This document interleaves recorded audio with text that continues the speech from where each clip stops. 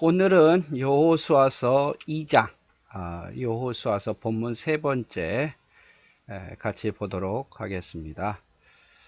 자, 우리가 1장에서 보았죠. 두려워하고 있는 여호수아에게 하나님이 나타나셔서 마음을 강하게 하고 담대히 하라. 그리고 좌로나 우로나 치우치지 말고 오직 말씀을 묵상하고 나아가면 형통하리라. 뿐만 아니라 다 그것을 지켜 행한다면 반드시 내 길이 평탄하고 형통하게 될 것을 이야기하셨죠. 자, 그 이야기를 들은 이제 여호수아가 자신감이 생겼어요.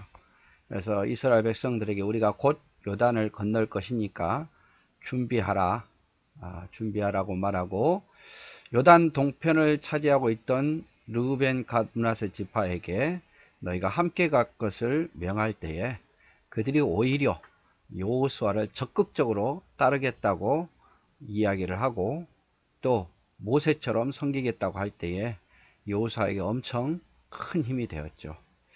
자, 오늘 이제 2장에 와서 2장의 내용은 이스라엘 백성들이 여호수아가 여리고에 정탐꾼을 보낸 사건에 대한 이야기입니다. 자, 라합이라는 사람이 나오죠. 눈의 아들 여호수아가 시딤에서 두 사람을 정탐꾼으로 보내며 이르시되 가서 그 땅과 여리고를 엿보라 하매 그들이 가서 라합이라 하는 기생의 집에 들어가 유숙하더니 어떤 사람이 여리고 왕에게 말하 이르되 보소서 이 밤에 이스라엘 자손 중 몇 사람이 이 땅을 정탐하러 이리로 들어왔나이다. 여리고 왕이 라합에게 사람을 보내어 이르되 내게로 와서 내 집에 들어간 그 사람을 끌어내라. 그들은 이 온 땅을 정탐하러 왔느니라. 자, 눈의 아들 여호수아가 정탐꾼을 보냅니다. 시딤에서 여리고로 정탐꾼을 보내죠. 두 사람을 보냅니다. 두 사람을 보내고, 자, 여리고도 지금 굉장히 긴장된 상태죠. 이스라엘이 이 앞에서 지금 모압 평지에서 머물고 있으니까 언제 쳐들어올지 모르는 상황이니까 항상 예의주시하고 있었겠죠. 그래서 두 사람이 여기 정탐꾼을 보냈다는 것을 누군가 여리고 왕에게 구하고, 여리고는 샅샅이 수색하다가 라합의 집에 있었다는 것을 알고 라합의 집에 사람을 보내서 정탐꾼이 어디 있느냐라고 묻게 되는 거죠.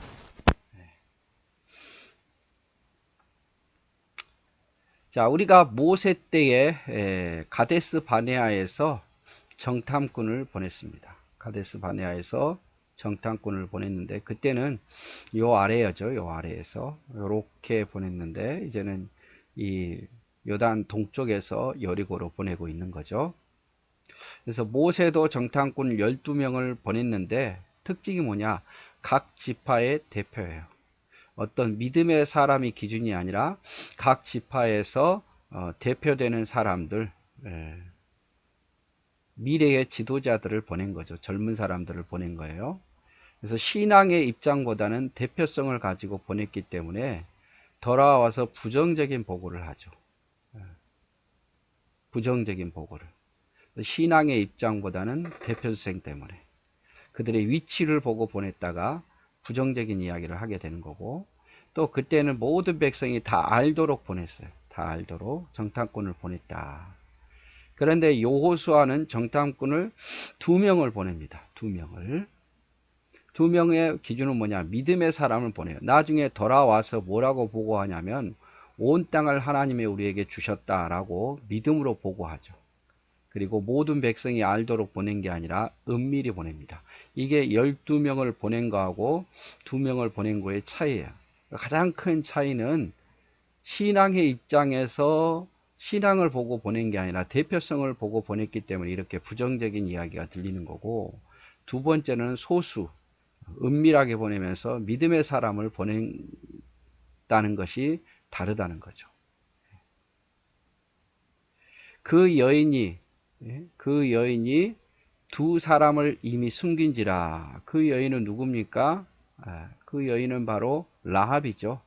여리고 성 안에 사는 라합이라는 여인이 이 두 명의 정탐꾼을 숨깁니다.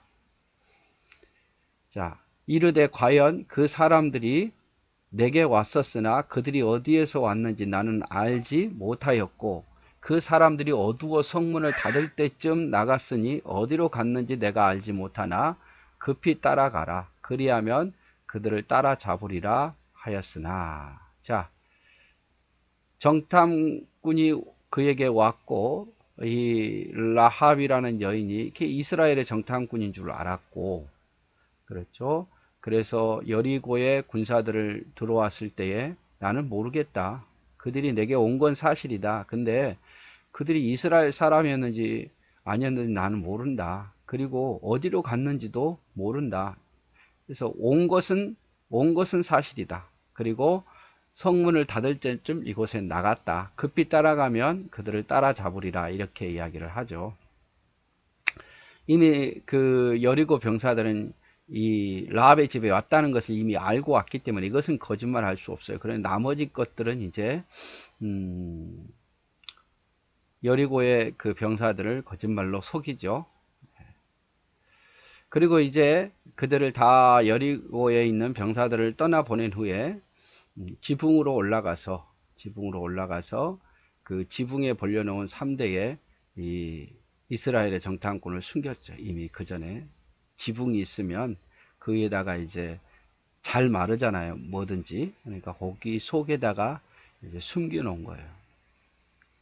그 사람들은 요단 나루터까지 그들을 쫓아갔고, 여리고의 병사들이 아마 저쪽으로 갔을 거다 하니까 요단 나루터까지, 끝이죠. 요단 나루터까지 쫓아갔고 그들을 뒤쫓는 자들이 나가자 성문을 닫았더라라고. 더 이상 침략자들이 없게 해서 닫은 거죠. 그래서 여리고의 병사들이 온다는 사실을 알고 이스라엘의 정탐꾼들을 지붕 위에 있는 3대에다가 숨기는 거죠. 자세히 살폈으면 알았겠는데 일단 이 여인의 말을 믿은 거죠. 여리고의 병사들이. 자, 그런데 우리가 생각해야 될 것이 라합의 거짓말이죠. 그들이 내게로 온 건 사실이다. 그러나 어디서 왔는지, 어디로 갔는지, 그리고 급히 따라가면 아마 나갔으니까 잡으리라. 이게 사실이 아니잖아요. 거짓말이잖아요. 우리는 라합의 거짓말을 어떻게 생각할 것인가? 성경에 거짓말하지 말라는데 어디까지 거짓말을 허용하고 선한 거짓말은 있는가? 참 어려운 질문이죠. 이런 질문 참 많이 받아요. 그러나 자, 우리가 이렇게 생각해 봅시다. 하나님의 능력을 믿는 믿음에서 하나님 편, 이스라엘 편에 서는 것이 죄일까? 자, 하나님을 위한 선한 거짓말, 그게 죄일까? 물론 자기 자신을 위해서 한다면 문제가 되겠지만, 자기 이익을 위해서. 그런데 하나님을 위해서 혹은 또 어떤 그 누구를 돕기 위해서, 연약한 사람의 어떤 악한 사람으로부터 선한 사람을 지키기 위해서 거짓말을 하는 것, 그게 죄일까? 분명한 사실은 라합이라는 이 여인은 나라에는 역적이에요.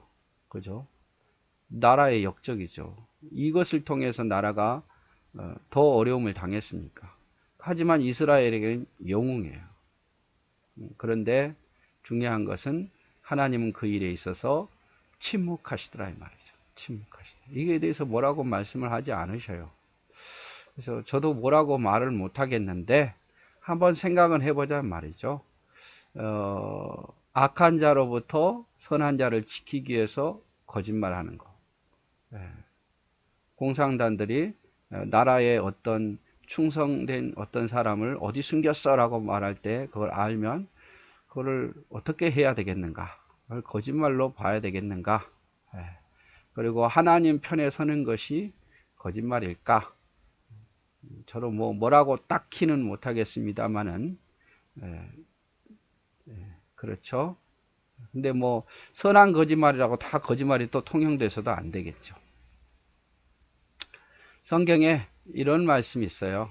거기 보면 히브리서 11장 31절 믿음으로 기생 라합은 정탐꾼을 편안히 영접하였으므로 순종하지 아니한 자와 함께 멸망하지 아니하다. 믿음으로 기생 라합은 정탐꾼을 평안히 영접했다. 야고보서 2장 25절 또 이와 같이 기생 라합이 사자들을 접대하여 다른 길로 나가게 할 때에 행함으로 의롭다 하심을 받은 것이 아니냐. 마태복음 1장 5절 살몬은 라합에게서 보아스를 낳았고 보아스는 룻에게서 오벳을 낳았고 오벳은 이새를 낳았고 이새는 다윗을 낳았다. 그래서 다윗의 조상이 되기도 하죠, 라합이. 그래서 성경은 이렇게 라합에 대해서 평가를 합니다. 그리고 앞에서 했던 그런 거짓말에 대해서 하나님은 침묵을 하시죠.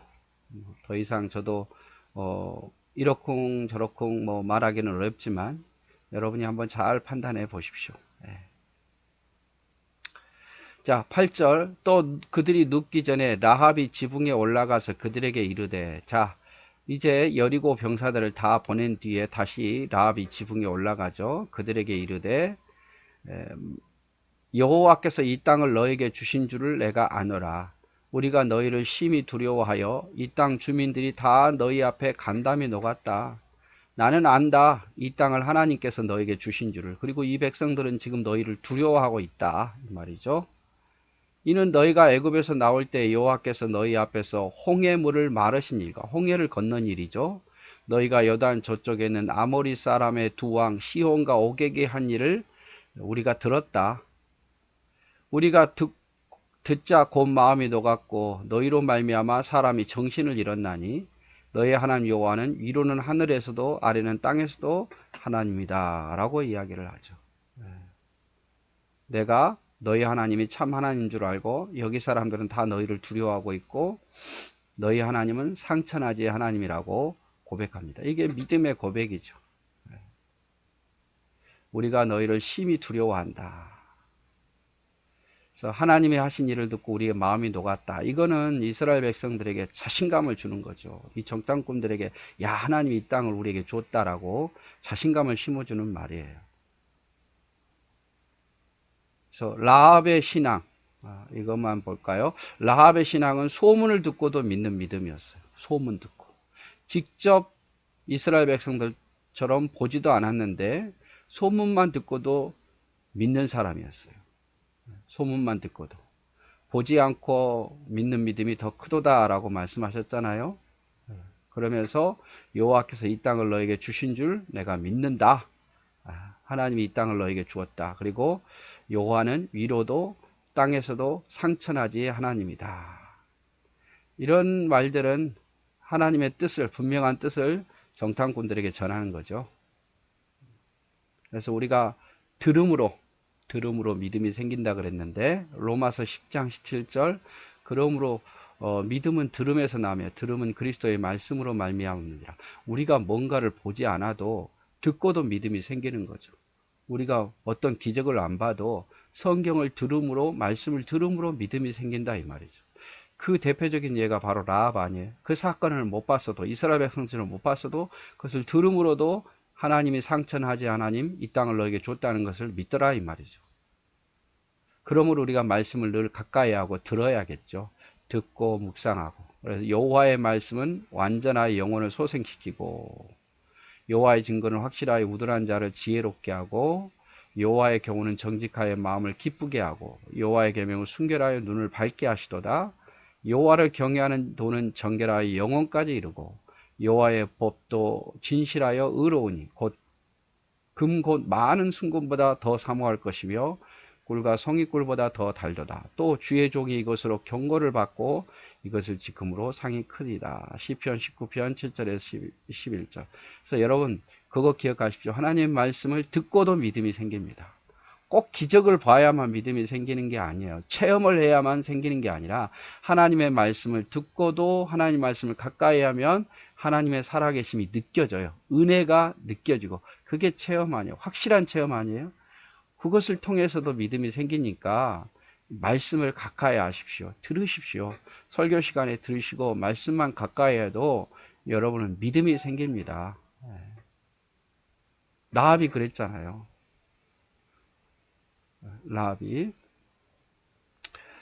자, 그래서 우리가 지금 라합에 대해서 여호수아서 2장은 여리고성에 있는 라합이 정탐꾼을 숨겨줬고 그가 보지는 않았지만 이렇게 소문만 듣고도 믿음이 생긴 걸 보니까 우리도 이런 말씀을 늘 듣고 듣는 일에 그리고 말씀을 보는 일에 가까이에서 큰 믿음의 사람이 다 되었으면 좋겠습니다.